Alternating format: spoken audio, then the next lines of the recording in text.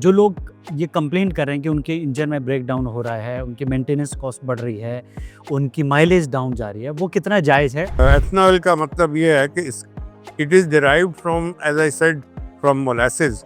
तो इसका मतलब है कि उसके अंदर हाइग्रोस्कोपिक कंपोनेंट्स हैं, जिसका मतलब है कि उसके अंदर मॉइस्चर जरूर थोड़ा सा रहेगा। जो भी जो चेंजेस किए जाते हैं या आते हैं, they have to be done gradually.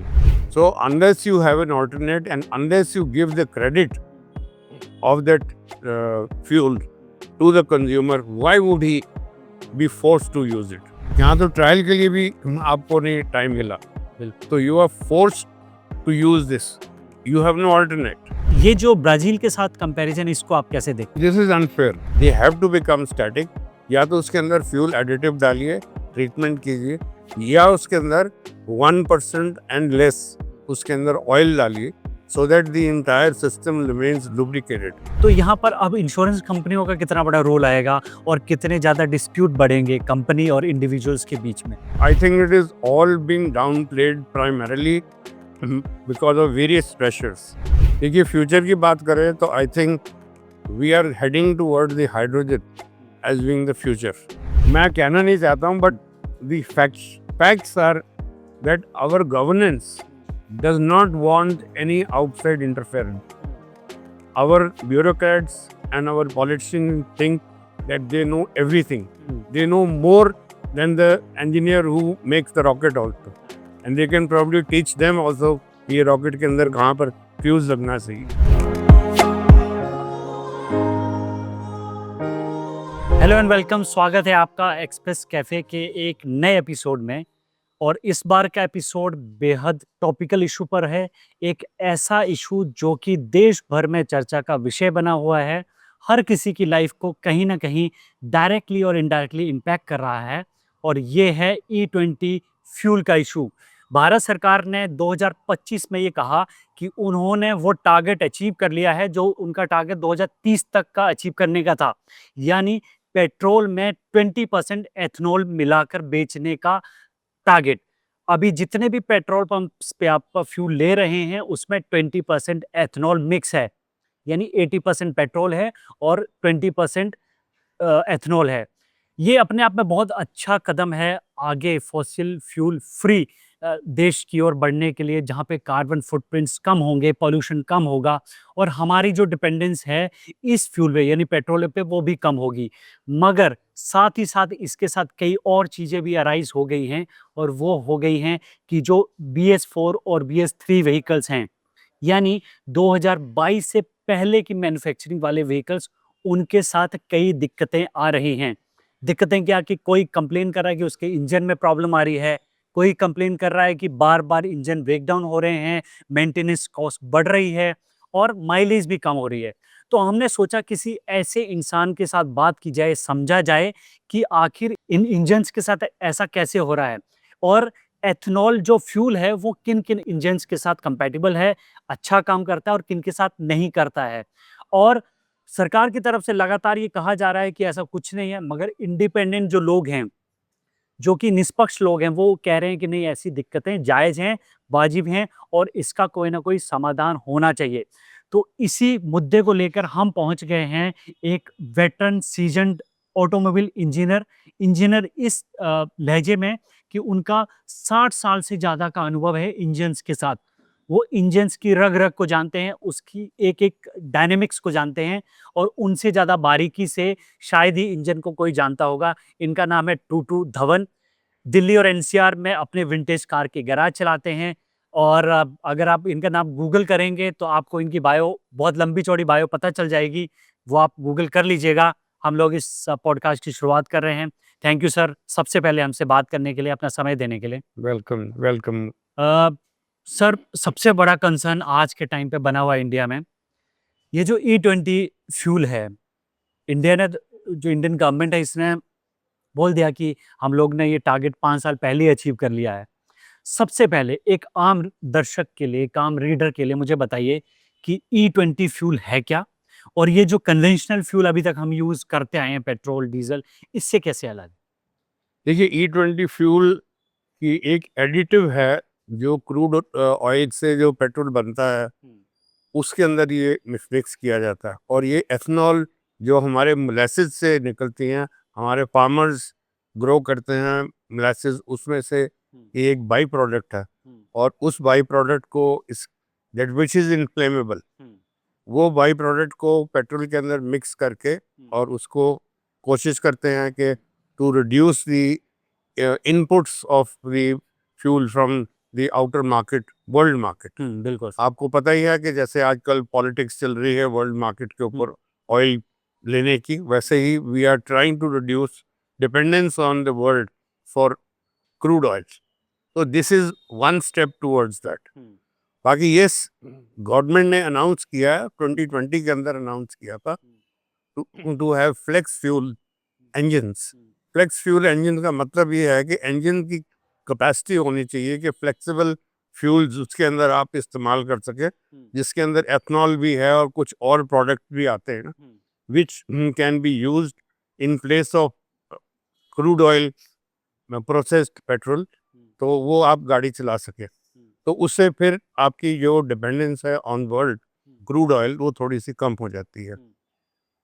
इस साल 2025 के अंदर ऑटो एक्सपो के अंदर कुछ मैन्युफैक्चरर्स ने अपने फ्लेक्स फ्यूल इंजन्स भी दिखाए थे, डेमोन्स्ट्रेशन दी थी। और आगे आने वाले दिनों के अंदर भी फ्लेक्स फ्यूल इंजन्स आने वाले हैं। पर जो यूरो 6 फिलॉसफीज जो आई हैं इंजीनियरिंग के अंदर, उसके अंदर हम ये फ्लेक्स फ्यूल इस्तेमाल कर सकते हैं। फ्लेक्स फ्यूल का एथनॉल का मतलब ये है कि it is derived from, as I said, from molasses. तो इसका मतलब है कि उसके अंदर हाइग्रोस्कोपिक कंपोनेंट्स हैं, जिसका मतलब है कि उसके अंदर मॉइस्चर जरूर थोड़ा सा रहेगा। इंजन्स जब प्रोड्यूस हुए थे, आज से नहीं, आज से 100 सवा 100 साल पहले, there was nothing like this के जी आपको पेट्रोल के अंदर ऐसी एडिटिव्स मिलेंगे। बट अब क्योंकि ऐसे इंग्रेडिएंट मिलाए जा रहे हैं to reduce dependence, foreign dependence, so we are also trying, the government is also trying, the manufacturer is also trying to produce engines with refined engineering। जिसका मतलब है कि जो combustion chamber है which is normally dry, उसके अंदर lubricants नहीं होते, वहाँ पर सिर्फ फ्यूल जाता है और combustion होती है, and there is fire produced there, तो with the result उसके अंदर और कोई चीज़ नहीं रहती। तो जब वो गाड़ी या वो इंजन खड़ा हो जाता है and we are not using and it is standing for long duration, तो there are chances of vapours being locked inside, और वो वेपर लॉक के साथ there will be slight wear and tear on the metallurgy, तो which in the long run will make a big difference. अगर इस long run को थोड़ा सा डिफाइन कर पाएं, कितना टाइम लग सकता है किसी इंजन को उस स्टेज पे जाने की, जो वेपर्स जो है वो उसको देखिए, ये डिपेंड करता है on the quality and the engineering जो हुई है। अब जैसे आप पुरानी गाड़ियाँ कर रहे हैं, अब जैसे ये हमारे पास जितनी गाड़ियाँ खड़ी हैं, they are not compatible to flex fuel, और इनके अंदर हम ऐसा पेट्रोल डाल के और 6 महीने या साल भर हम इनको छोड़ दें तो इनके इंजन सीज हो जाएंगे, और इनके जो गैस्केट्स हैं, सील्स हैं, वेल्व्स हैं, वो सब डैमेज हो जाएंगे। विद द रिजल्ट इनकी जो मेंटेनेंस है will go up multiple times. Exactly. बाकी यस, जो हमारी नई इंजीनियरिंग है over the period of time, अब almost more than a century जब से रिफाइनमेंट चलती जा रही है, एक इंजन जब होता था 200 किलो से ऊपर 250 किलो गुस्सा होता था, जो एक 10 हॉर्स पावर प्रोड्यूस करता था। आज वही engine hardly 60-70 kilos which is producing the same. That means the refinement has gone multiple time. जो इंजन्स अब जैसे जैसे रिफाइनमेंट चलती जा रही है, तो आने वाले दिनों के अंदर भी ऐसी रिफाइनमेंट आ जाएगी जहाँ के ये ऐसे फ्यूल की एक्सेप्टेंस कॉमन हो जाएगी। ब्राज़ील के अंदर 2003 ऑनवर्ड से ऐसे fuel, flex fuels engines and technology is openly available, जिसका मतलब ये है कि वहाँ पर आपको दोनों टाइप का फ्यूल अवेलेबल हैं ऑन द डिस्पेंसिंग पंप्स। आपको नॉर्मल पेट्रोल भी मिलेगा, आपको हाई ऑक्टेन भी मिलेगा, और आपको यूरो एथनॉल वाला फ्यूल भी मिलेगा, बट वो आपको थोड़े डिस्काउंट में मिलते हैं। They are difference in pricing. ठीक है, उस पर हम बाद में आते हैं। पहले मैं ये समझना चाहता हूँ जो अभी मुद्दा बना हुआ है सर इंडिया में, जो कि 2022 से पहले की 2022 तक की जो मैन्युफैक्चरिंग है जिन गाड़ियों की, कहा जा रहा है कि वो कंप्लायंट नहीं है एथनॉल के लिए, वो E10 तक कंप्लायंट है। अब ऐसी तमामों करोड़ों ऐसी गाड़ियां हैं, टू व्हीलर्स हैं, जो कि कंप्लायंट नहीं करते, मगर वो फिल करवा रहे हैं ये वाला पेट्रोल। अब मुझे ये बताइए कि जो लोग ये कंप्लेंट कर रहे हैं कि उनके इंजन में ब्रेक डाउन हो रहा है, उनकी मेंटेनेंस कॉस्ट बढ़ रही है, उनकी माइलेज डाउन जा रही है, वो कितना जायज़ है? गवर्नमेंट इसको नहीं मान रही है। जो गाड़ियाँ बनाने वाली कंपनियाँ हैं, जो एसोसिएशंस हैं, जिनके कोई न कोई हित हैं, जिनके क कोई कहीं न कहीं एक अपना स्टेक है, वो इस चीज़ को एक्सेप्ट नहीं कर रही, मगर जनता ही कंप्लेन कर रही है। एज़ एन एक्सपर्ट आप इंजन की बहुत अच्छी समझ रखते हैं, मुझे बताइए वो कितना जायज़ है, उनकी ये कंप्लेंट्स? देखिए, ये तो आप टेस्ट करेंगे अपने ऊपर और टेस्टिंग के बाद ही आपको पता लगेगा कि आपका कितना फ़र्क पड़ रहा है। There are multiple claims. कुछ लोग कहते हैं 6% कम हमको फ्यूल एवरेज मिल रही है, कुछ कहते हैं 10% मिल रही है। बट जो मेरी अपनी अंडरस्टैंडिंग ये है कि ये चीज़ें एक गवर्नमेंट एजेंसी जहाँ पर हमारे पास ARAI है हुँ, या इनकैट है या हमारे जो नेट है, इनके पास प्रोसेसिंग होनी चाहिए जहाँ पर ये अपनी टेस्टिंग करें and let this be a public in domain, जिसके अंदर पता लग जाए कि व्हाट इज द रियलिटी। अब इसमें छुपाने की बात तो है नहीं, and instead of guessing and becoming alarming and creating tension amongst our self, there is no point. तो बेटर यही है कि they should be an agency, a governmental agency which should take a corrective action and give a declaration. With the result, this entire episode will come to rest. But for the time being, मैं आपको recommend जरूर करूँगा कि जो euro 3 है, euro 3 से पहले and euro 4 technologies के अंदर हैं, उन गाड़ियों को आप जो पेट्रोल ये वाला डाल रहे हैं, तो don't leave them unused for long duration. अच्छा। And if at all you have to do it, तो उसके अंदर आप पेट्रोल ट्रीटमेंट जरूर डालिए। मैं आपको जस्ट फॉर एन इंस्टेंस बताऊंगा, ऐसे पेट्रोल ट्रीटमेंट्स मिलते हैं अच्छा, बाजार के अंदर, जो आप पेट्रोल को डालेंगे तो इट विल, क्या काम करते हैं सर ये ट्रीटमेंट? ये दे स्टेबलाइज द पेट्रोल, अच्छा, so they don't let the petrol deteriorate, और उसके अंदर से जो हाइग्रोस्कोपिक चीज़ें हैं दे ट्राई टू अब्जॉर्ब। अच्छा, सो विद द रिजल्ट के जो डैमेज ज़्यादा एक्सटेंसिव होने वाला होता है, this can reduce the damage. अच्छा।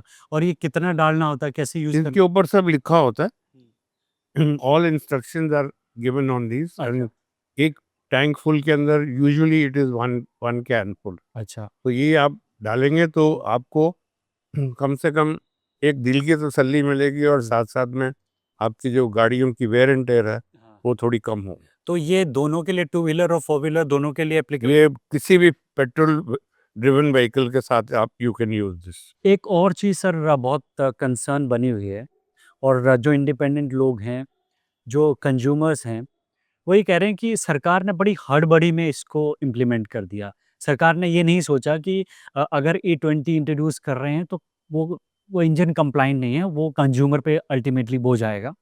तो आपको नहीं लगता है एक सिस्टमैटिक ट्रांजिशन किसी और अच्छी तरफ अगर हम बढ़ रहे हैं, तो एक उनको इंजन्स को कंप्लायंट बनाने के लिए, या आप ग्रेजुअली उस तरफ बढ़ें ताकि जो इस तरह की चीज़ें उनको उनसे डील किया जा सके?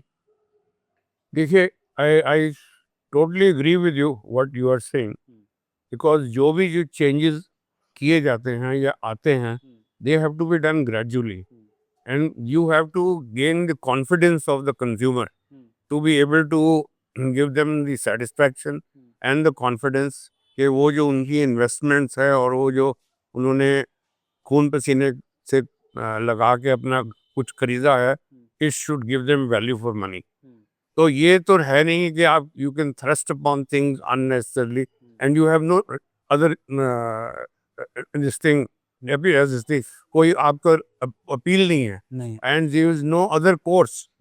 आप या तो कहिए ना कि आपको E20 मिल रहा है और साथ में नॉर्मल हुँ, पेट्रोल भी मिल रहा है, so if you want you can use either, but here there is no alternate, so there has to be an alternate. So unless you have an alternate and unless you give the credit of that fuel to the consumer, why would he be forced to use it? Yes I understand, जब ये शुरू के अंदर ethanol जब produce करना शुरू हुआ था and the procurement rate was also very reasonable, 40-50 रुपए लीटर आता था। अब इनकी प्रोक्योरमेंट रेट बढ़ गया है, but nevertheless the government has not passed on even a single पैसा to the consumer to be able to attract them to start using. Exact आप कोई ना कुछ बेनिफिट तो दें किसी को, तो on the basis of that you can start using something, और एटलीस्ट फॉर ट्राई। यहाँ तो ट्रायल के लिए भी आपको नहीं टाइम मिला, बिल्कुल तो you are forced to use this, you have no alternate. So obviously, there has to be resentment amongst the people and amongst the consumers. और बार बार सरकार कह रही है, जो ये एजेंसियां हैं गवर्नमेंट की एजेंसियां, बार बार ये एक बात कह रही कि लुक एट ब्राज़ील। ब्राज़ील का एक केस स्टडी बता रहे हैं, उनकी सक्सेस स्टोरी बता रही है कि उन्होंने देखी, वो तो 100% ऑलमोस्ट 100% इस चीज़ पे पहुंच गए। मगर हम लोग इस चीज़ को इग्नोर कर रहे हैं कि उन्होंने ओवर लास्ट 50 ईयर्स वो ट्रांजिशन पीरियड, या उन्होंने 10 साल में या 5 साल में नहीं अचीव कर लिया, और उन्होंने धीरे-धीरे उन कारों की मैन्युफैक्चरिंग, उनके इंजन, उनके फ्यूल टैंक उस हिसाब से डेवलप किए। तो ये जो ब्राज़ील के साथ कंपैरिज़न, इसको आप कैसे देखते This is unfair. हैं? I think this is totally unfair कि आप ब्राज़ील के साथ अपने आप को कंपेयर कर रहे हैं, where technology is almost 3 decades ahead of us. उन्होंने 2003 के अंदर आपने कंप्लायंट भी हो गए थे and they were using it also. 2003 means we are almost 30 years behind. Exact And so now you are trying to introduce ethanol and not give any changes engineering wise to the consumer, and there is no other scope, then it is not acceptable. और जो अभी आपने थोड़ी देर पहले बात करी कि consumers को अल्टीमेटली पेट्रोल के लिए उतना ही पैसा देना पड़ रहा है, 95 टू 105 अक्रॉस इंडिया। Absolutely. और हम लोग देख रहे हैं कि आप 20% एथनॉल भी बना रहे हैं, मिक्स कर रहे हैं, एथनॉल की कॉस्टिंग भी कम आ रही है। तो अकॉर्डिंगली आपको लगता है कि अभी कंज्यूमर्स को कम से कम इस लेवल पे राहत देने की ज़रूरत है कि हाँ, गवर्नमेंट ये एक्सेप्ट करे कि हाँ 20% हम ब्लेंड कर रहे हैं एथनॉल, तो ये 20% उस प्रपोर्शन में रेट भी कम हो? ठीक है, to be honest with you personally, this is my own opinion, if you want to make something popular, तो आप कोई ना कोई बेनिफिट तो दें उनको, even if that means it's a subsidy from the side of the government, that should be given to the option should be given to the consumer and let the consumer decide. अब वो subsidy लेके वो petrol डालना चाहता है और वो he wants to test out his vehicles कि ये in the long run चलेंगे या नहीं चलेंगे, let it be on him to decide. Why force it on him? अब फोर्स करने से obviously उनके कान खड़े हो जाते हैं and they start feeling the fear of destruction of their own vehicle and their investment. So वो सब चीजें होती हैं, but if you try touching a hot stuff yourself, थोड़ा सा टच करके आपको पता लग जाए क्या टेम्परेचर है and then you plunge into it, there is no harm, but here there is no testing, here you have been asked to only use this and there is no option, so that is unfair. अब sir, अब ये सरकार ने mandatory कर दिया है, alternative तो दिया नहीं है, ना ही पेट्रोल पंप्स पे ऐसा कोई हमारे सामने विकल्प चुनने की आज़ादी है कि आप E20 मत लीजिए, E10 ले लीजिए या आप दूसरा ले लीजिए, ये तो है नहीं। अब ये तो मैंडेटरी है, अब ये कंप्लाई भी करना पड़ेगा हर सिटीजन को। तो आप मुझे ये बताइए कि जो हमारे जैसे लोग हैं जिन्होंने 2021 से पहले का कोई वाहन रखा हुआ है, टू व्हीलर, फोर व्हीलर, वो ऐसी किन किन चीज़ों का ध्यान रखें ताकि वो अपने, जो उसकी एक एक्चुअल लाइफ होती है, 15 साल पेट्रोल व्हीकल की लाइफ है, तो उसको पूरा यूज़ कर सके और उसके ऊपर एक्स्ट्रा फाइनेंशियल बर्डन ना आए। तो कौन-कौन सी चीज़ें हमें ध्यान रखनी होंगी आने वाले वक़्त में? देखिए, सबसे पहले तो one has to make sure कि ये जितनी भी आपकी ऑटोमोबाइल्स हैं, टू व्हीलर्स हैं, फोर व्हीलर व्हाटएवर, ये आप स्टैटिक नहीं रहनी चाहिए। कितना समय तक Then खड़ा they should be continuously being used, and if by chance they have to become static, या तो उसके अंदर फ्यूल एडिटिव डालिए, ट्रीटमेंट कीजिए, या उसके अंदर 1% एंड लेस उसके अंदर ऑयल डालिए, so that the entire system remains lubricated. उससे ये होता है कि जो फ्यूल टैंक के अंदर की लाइनिंग है उनको प्रिवेंशन मिलती, फ्यूल लाइंस को मिलती है, इंक्लूडिंग द combustion chamber जो engine के साथ जहाँ पर which is where the actual combustion takes place and there is no lubricant, that will also get a coat of lubricant. अच्छा। पहले ज़माने के अंदर आपको 2 स्ट्रोक इंजन आते थे और उसके अंदर इंजन ऑयल सेपरेट नहीं होता था। हाँ। पेट्रोल के अंदर ही 2% पेट्रोल ऑयल डालते थे and that used to give you sufficient power. Similarly, I would not say you add 2%, 0.5% of oil mix कीजिए to be able to prevent the deterioration of the fuel tank, the fuel lines, the seals, and even the combustion chamber. If at all you have to park your vehicle, first of all, you must keep them dry as much as you can, and if you have to put the vehicles away for longer duration, बिल्कुल dry करके उसके अंदर diesel डाल के उनको हिला दीजिए so that there is no deterioration. But जो पेट्रोल आपने डाल के छोड़ना है तो there should be a composition of oil in it to keep the entire system lubricated. Okay, तो ये एक कहने का हेल्प कर सकता है उसको। This will be a big help for those old machines जैसी ये हमारी हैं, इनको बहुत राहत मिलेगी जो आप इनके अंदर थोड़ा सा लुब्रिकेंट डाल के इनको स्टोर करेंगे। मैं थोड़ा-सा समझना चाहता हूँ, मेरे दर्शक भी समझना चाहेंगे सर, कि आजकल के जो फ्यूल टैंक होते हैं, मान लीजिए E20 कंप्लायंट फ्यूल टैंक और जो नॉर्मल फ्यूल टैंक, उनमें फ़र्क क्या होता है?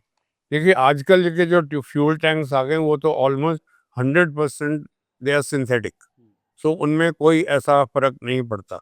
बाकी ये जरूर हैं जो लाइंस हैं, गैस्केट्स हैं,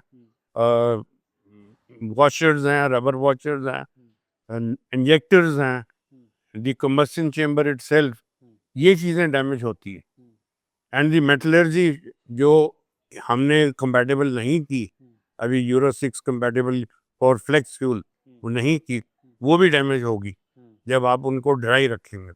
So there will be a certain layer of rusting which will form in an engine जो आप नहीं यूज करेंगे for months together. And if you don't use it for years, there are chances कि वो seize भी हो जाए। अब यहाँ पर डैमेज है कारों में, एक रोल आता है इंश्योरेंस कंपनियों का। अब एक सर कुछ दिन पहले एक एको कंपनी है इंश्योरेंस की, उन्होंने एक ट्वीट किया। उन्होंने ये कहा कि हम लोग इस तरह से जो भी E20 फ्यूल से जो भी इससे रिलेटेड जो भी प्रॉब्लम्स आएँगी उसको इंश्योरेंस कंपनी कवर नहीं करेगी। हालाँकि उस पे फिर गवर्नमेंट का भी आ गया, उस पे पेट्रोलियम मिनिस्ट्री का भी आ गया, वो बात द रफ़ा-दफ़ा हो गई।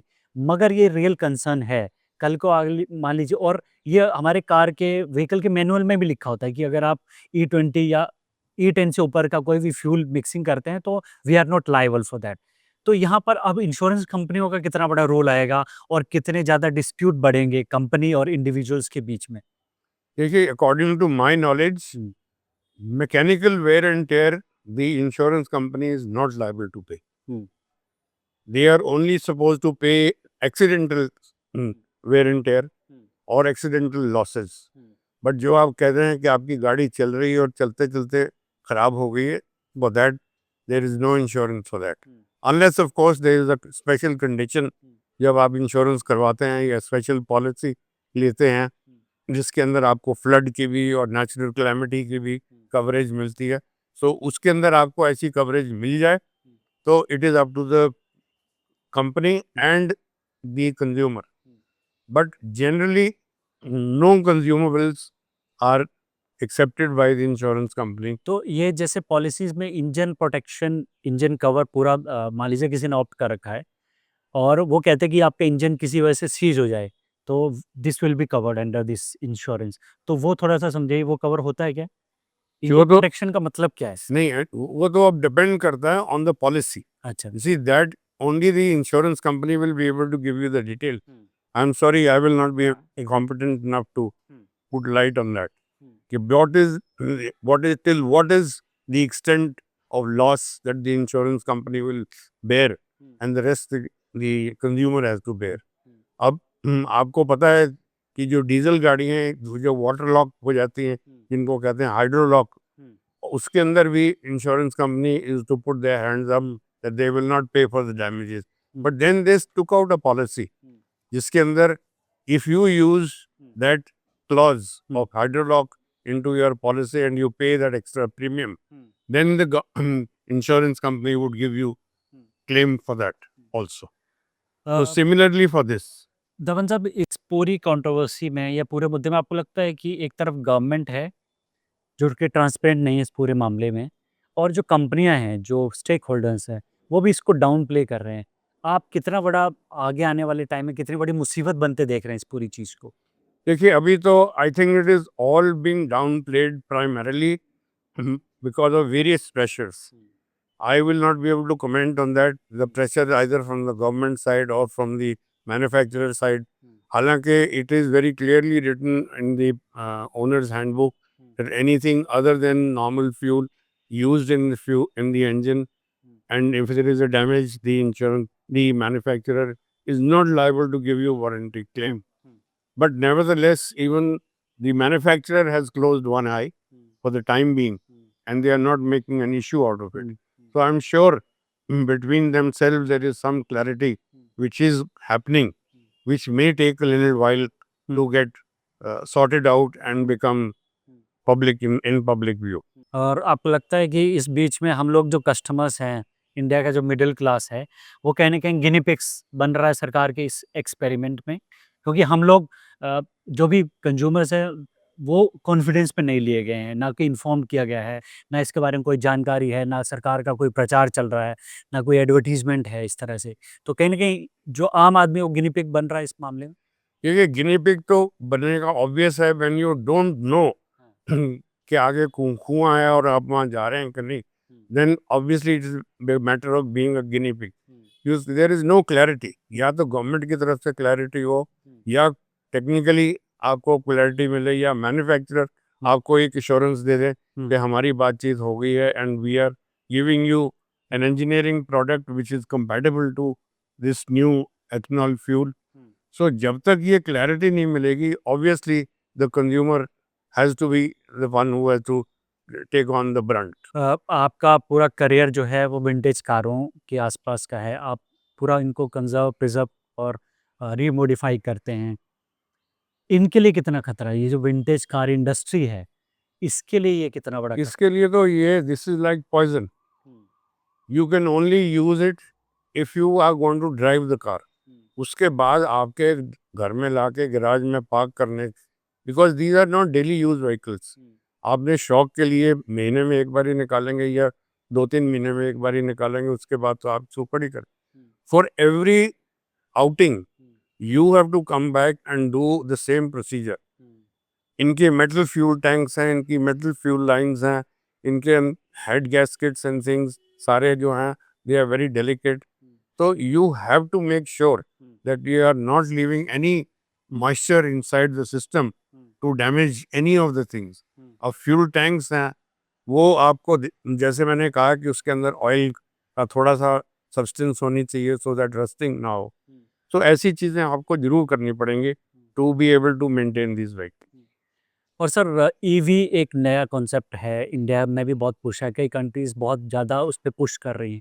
आपको लगता है इथेनॉल ब्लेंडिंग के अलावा जो सही पुश होना चाहिए वो ईवी पे होना चाहिए? क्योंकि आज भी हम देख रहे हैं कि लोग तो ईवी ले रहे हैं, मगर कहीं उनको चार्जिंग पॉइंट्स नहीं मिल रहे हैं, उनकी बैटरीज़ का कॉस्ट बहुत ज़्यादा है।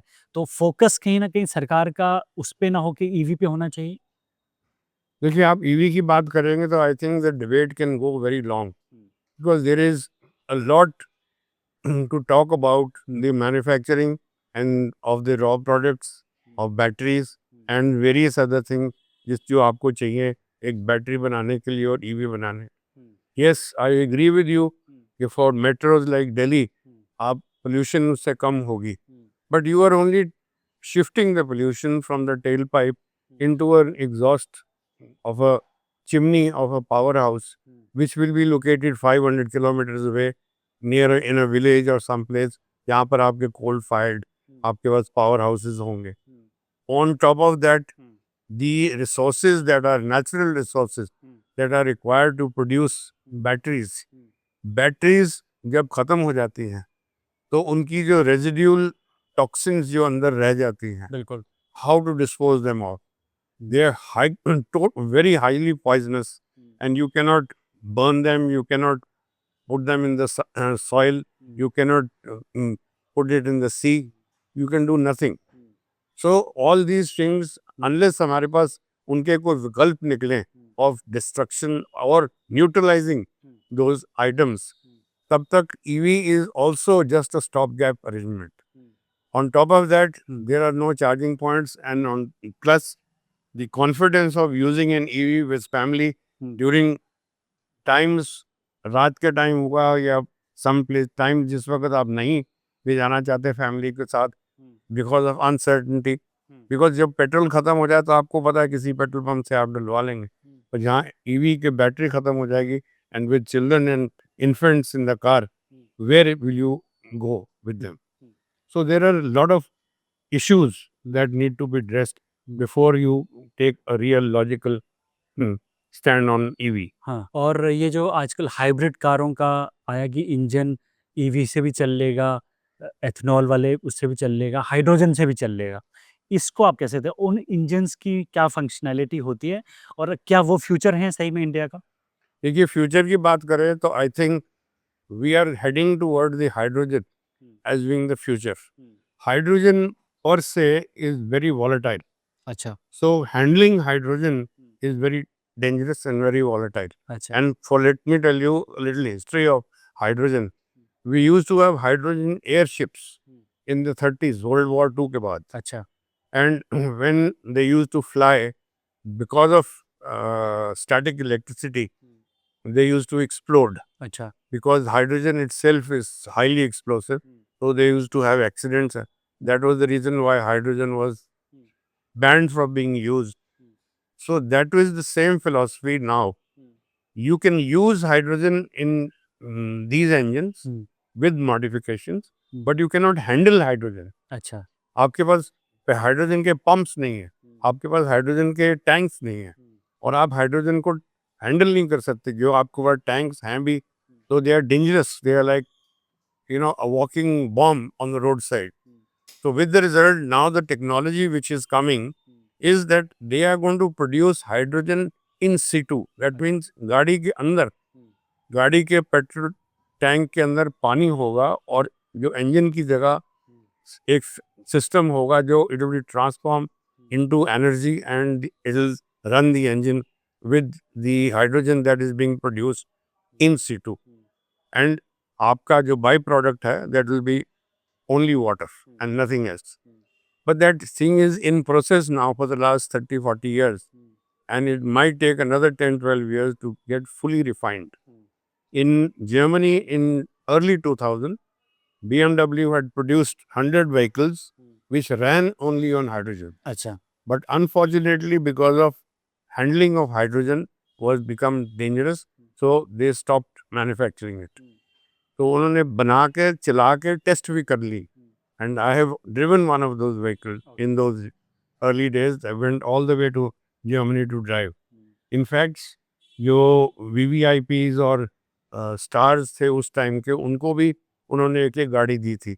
But because they could not supply hydrogen to them, so it became unusable for them also. Okay, So now the technology that is coming for future is hydrogen is going to be produced in the car itself okay, by the machine that they are making, the engine that they are making, and the product will be given directly to the engine, and the byproduct is going to be water which will come out from the exhaust. ठीक है. मुझे बताइए कि दुनिया के किस हिस्से में बेस्ट प्रैक्टिसेस हैं एनर्जी ट्रांजिशन को लेकर, जो कि व्हीकुलर मान लीजिए हमें फ्यूल चाहिए, तो बेस्ट प्रैक्टिस कौन सी है और जिससे हमें इंडिया को सीखना चाहिए? उनकी उस पूरी ट्रांजिशन से इंडिया क्या सीख सकता है? ऐसे कौन से देश हैं वो? देखिए, जैसे कि आपने ब्राज़ील की बात की थी, I think Brazil was the first one to have become compliant with ethanol and compliant with the technology also. तो ऐसे ही हम लोगों को we should have taken help from around the world, जहाँ-जहाँ ये ऐसी चीज़ें होती हैं, टू मेक आवरसेल्व्स कंपैटिबल. जैसे कि अब आजकल प्रधानमंत्री जी कहते हैं मेक इन इंडिया, तो you start making it in India. There is no harm in doing reverse engineering, and there is no crime in doing that either. Exactly.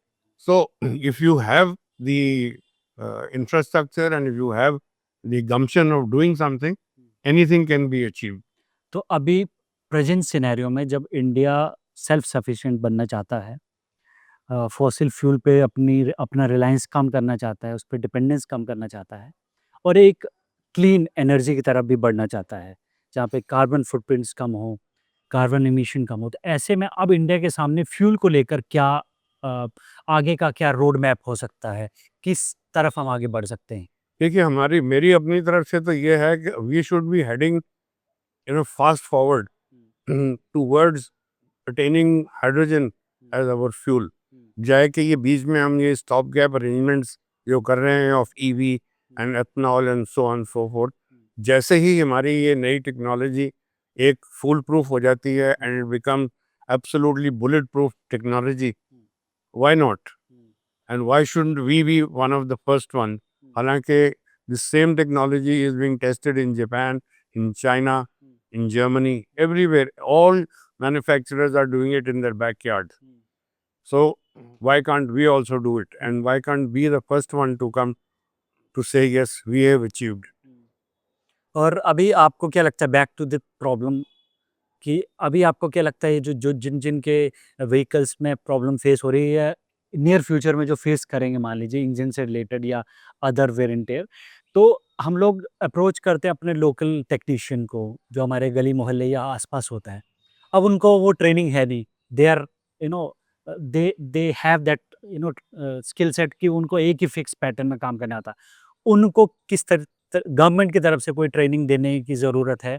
हम लोग वर्क उसमें जाते हैं मैकेनिक के पास सर्विस कराने के लिए, वहाँ पर ट्रेनिंग की ज़रूरत है। किस-किस तरह की चीज़ें उनको ध्यान में रखने की ज़रूरत है, जब कोई व्हीकल अपना सर्विस कराने आए या छोटे-मोटे किसी प्रॉब्लम के साथ आए? देखिए जब टेक्नोलॉजी की बात करेंगे तो obviously let me tell you, rockets can not be maintained by road side mechanics. You need qualified engineers to look after them. So when you have technology like that in these vehicles, obviously you will require engineers to look after.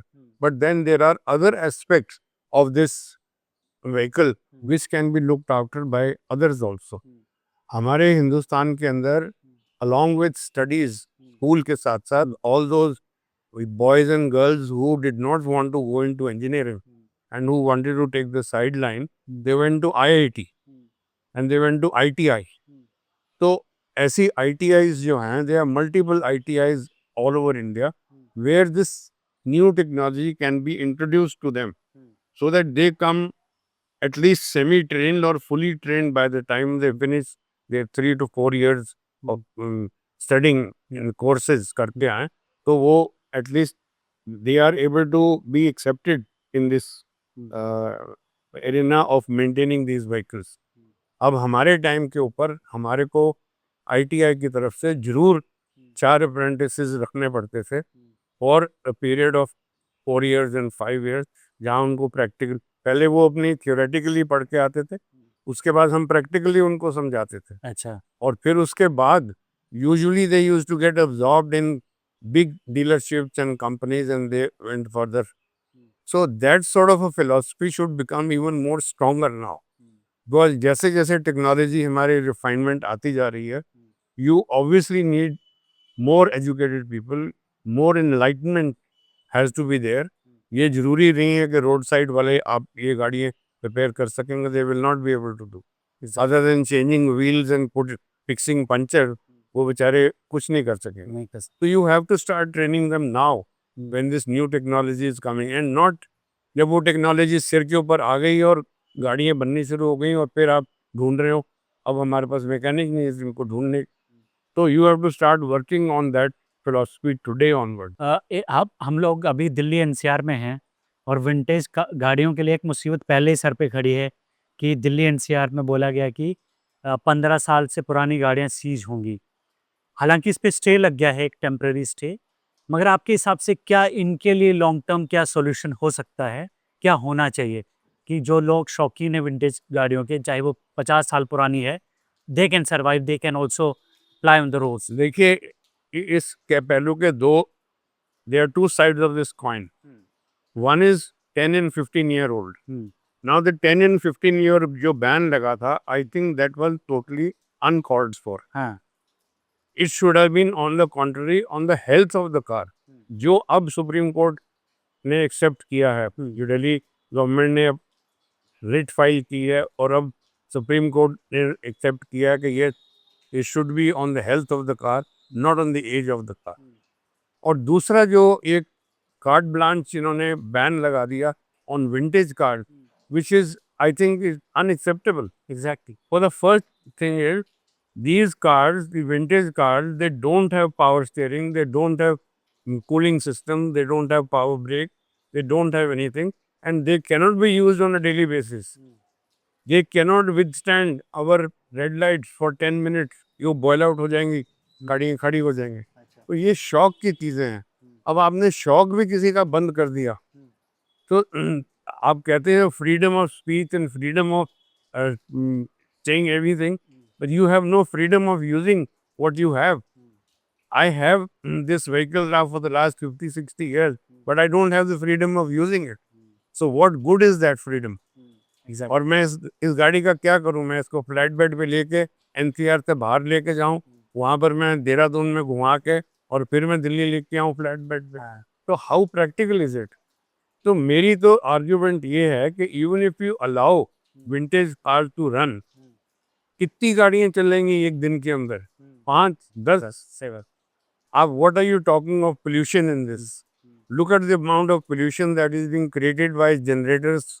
आपके metros के generators हैं, आपके malls के generators हैं, दुनिया भर के आपके पोल्यूशंस हैं।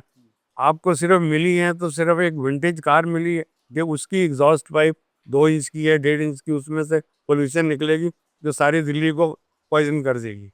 तो आपको लगता है कि सरकारें बिना स्टेक होल्डर्स से, जिनको उनकी पॉलिसीज का इम्पैक्ट होता है, जो इम्पैक्ट करती है उनकी पॉलिसी, उनसे बिना राय मशवरा उनको कॉन्फिडेंस में लिए ब्लैंकेट बैन कर देती हैं, चाहे वो कारों 15 साल पुरानी कारों का मामला हो, अभी रिसेंटली ऑनलाइन गेमिंग पे ब्लैंकेट बैन लगा दिया आपने रातों रात, आपने एथेनॉल फ्यूल ले आए विदाउट कंसल्टिंग, विदाउट टेस्टिंग। तो आपको लगता है कि सरकारों का ये नेचर हो गया है कि है तो डेमोक्रेसी, मगर जनता से जो रिसीविंग एंड पे है उनसे कोई कंसल्टेशन नहीं होती है? देखिए, इट्स अ कैच 22 सिचुएशन। मैं कहना नहीं चाहता हूँ, but the facts are that our governance does not want any outside interference. Our bureaucrats and our politicians think that they know everything. They know more than the engineer who makes the rocket also. And they can probably teach them also ये rocket के अंदर कहाँ पर fuse लगना चाहिए। तो that confidence जो उनका है, that is what is killing the general a common man initiative. अब आपको आप जबरदस्ती कोई चीज करने को कहा जाए, obviously it is not acceptable. But yes, if you have a representation and if you are able to have a dialogue and if you have a discussion, on the basis of that discussion एक result निकलता है, is acceptable. But this is totally unacceptable कि आप एक ban लगा दीजिए total कि आप नहीं इस्तेमाल कर सकते, and there is no reason. This is only because one gentleman in the system who thought that I know everything and what I'm saying is 100% and there is nobody who can challenge me. बस last सवाल है आपसे, और ये सवाल जो है ये लोगों की ज़रूरत से ज़्यादा जुड़ा। अभी देखिए बारिश हो रही है इतनी झमाझम, और लोग हम देख रहे हैं दिल्ली एनसीआर या हर शहर में पानी भर रहा है। ऐसे में हम लोग देखते हैं नई नई गाड़ियाँ स्टक हो जा रही हैं। एज एन ऑटो एक्सपर्ट, आप इंजन की बहुत अच्छी समझ रखते हैं, तो कैसे ब्रेकडाउन से बचा जा सकता है? कोई 5 टिप्स आप लोगों को देना चाहें? सबसे पहले तो एक मैवरिक मत बनिए। Don't try to become a पहलवान के you can challenge water and you can challenge flood, you can't do it. जहाँ पे आपको ऐसा चैलेंज मिलता है, try to take a diversion, reverse back and back off, क्योंकि पानी के साथ आप नहीं जीत सकते। और जो पानी एक बारी गाड़ी के अंदर चला गया, it can create havoc, specially in a diesel engine. Diesel engine के अंदर compression ratio is so minimal कि उसके अंदर आप एक चम्मच पानी नहीं डाल सकते।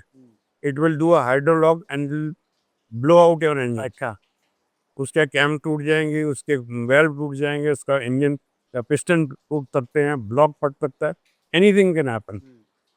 तो this is something which you should not do. Secondly, during monsoon आपके वाइपर्स अच्छे होने चाहिए, टायर्स आपके should be minimum 3 millimetre thickness के होने चाहिए, सो दैट आपकी गाड़ी स्किड ना करे। वाइपर्स अच्छे होने चाहिए so that you can see the visibility. और अंदर जो बैठे हुए हैं, बैठे अंदर भाप आ जाती है, मॉइस्चर बन जाता है, उस टाइम के ऊपर एयर कंडीशनिंग ऑन कीजिए, कंप्रेसर चलाइए and let the air go towards the wind screen so that आपको क्लैरिटी मिले। अच्छा, ये मुझे बताइए कि वो जो एयर कंडीशनिंग होता है वो आपके उस पे होना चाहिए, ग्लास पे होना चाहिए कि अपनी तरफ होना चाहिए जब अंदर वो बन जाता है? जब आप अंदर बन जाता है तो you should be going towards the glass, अच्छा, ग्लास। Front wind screen. जैसे ही आप फ्रंट विंड स्क्रीन को हवा जानेगी, आपकी विंड स्क्रीन बिल्कुल क्लियर हो जाएगी, absolutely. So you should keep your glasses clean rather than look you're directly for comfort on yourself. आपको comfort मिलेगा, हो सकता है कि 1-2-4 मिनट लगे for the entire atmosphere to cool down, but the minute you send the air towards the windscreen, it will immediately clean your windscreen okay, and the glasses. Okay. और ये जो साइड मिरर्स हैं, how to keep them crystal clear कि वो visibility का issue ना हो जो भाप बन जाती है उससे? देखिए, कुछ जो हाई एंड गाड़ियां हैं उनके अंदर तो हीटेड आते हैं आउटसाइड रियर व्यू मिरर, तो you don't, there is no maintenance required. But जो नॉर्मल जो गाड़ियां हैं, unfortunately you can't do much to them other than just clean them before you sit inside. पर एक बार कि उसके ऊपर पानी के छींटे आ गए और बारिश पड़ रही है, तो you can't do anything, but you must keep looking on your rear view mirror. और जो पीछे का आपका रेयर विंडस्क्रीन, उसका डीफॉगर आप जरूर ऑन करके रखिए so that the clarity from behind is there. जब भी आप ब्रेक मारें, do have a look in your rear view mirrors, कोई पीछे से आपको टेल गेट ना कर दे। एक चीज़ और पूछना चाहता हूँ आपसे, जैसे मान लीजिए किसी वजह से हम लोग पानी में फँस गए, मेरी गाड़ी में पानी मेरे जो आपका साइलेंसर है उसके लेवल से ऊपर आ गया, उस सिचुएशन में हाउ टू ड्राइव थ्रू? सबसे पहले तो जब आप पानी के थ्रू जा रहे हैं, you have to be very careful in keeping the acceleration high. The engine RPM should always remain high. Automatic गाड़ी है तो उसको शिफ्ट करके सेकंड गियर में या फर्स्ट गियर में ले आइए and go through slowly, keeping the RPM high. जो मैकेनिकल गाड़ी है, from third gear you bring it down to second, और even if you are required come down to first and keep the RPM high so that there is no water that comes inside the exhaust system. और जो थोड़ा बहुत पानी आपके आ भी रहा है, it will get blown out. आप पानी अंदर नहीं आएगा, if there is full force, nothing will happen. ठीक है। तो ये बहुत ही अच्छी जानकारी आपने दी जो लोगों के काम आ सकती है। साथ ही साथ ये भी बताया कि आपको कैसे अपने इंजन इस ये समस्या तो हम सबके सामने आ गई है पर हाउ टू कम्बैट दैट, उसका सामना कैसे करें? जो सर ने सजेस्ट किया था वो ऐड करें और 0.5% आप उसमें ऑयल भी मिक्स कर सकते हैं। और ये कुछ एक सजेशन है एक एक्सपर्ट की तरफ से, और हमें टेक्नोलॉजी के साथ चलना होगा, हमें ग्रीन एनर्जी की तरफ बढ़ना होगा। हम उसमें बिल्कुल भी वादा नहीं बन सकते, मगर सरकार को भी ध्यान रखना होगा कि जो स्टेक होल्डर्स हैं, जो कंज्यूमर जिनका पैसा इसमें इन्वॉल्व है, उनसे भी राय मशवरा किया जाए, उनकी भी राय ली जाए और एक टेस्टिंग, रियल टाइम टेस्टिंग होनी चाहिए कि क्या सही में किसी चेंज के, किसी पॉलिसी रिफॉर्म के पॉजिटिव या नेगेटिव इम्पैक्ट हो रहा है या नहीं हो रहा है, तो अकॉर्डिंगली उसमें चेंज किया जा सके। ये बातचीत आपको कैसी लगी हमें ज़रूर बताएं कमेंट बॉक्स पे, और आप इस पूरे मुद्दे पर E20 एथनॉल ब्लेंडेड फ्यूल के मुद्दे पर क्या सोचते हैं, अपनी राय ज़रूर बताएं। आप इस तरह से कोई प्रॉब्लम फेस कर रहे हैं उसके बारे में ज़रूर बताएं, और इस वीडियो को ज़्यादा से ज़्यादा लोगों तक पहुँचाएँ। इस वीडियो को लाइक करें, चैनल को सब्सक्राइब करें। शुक्रिया।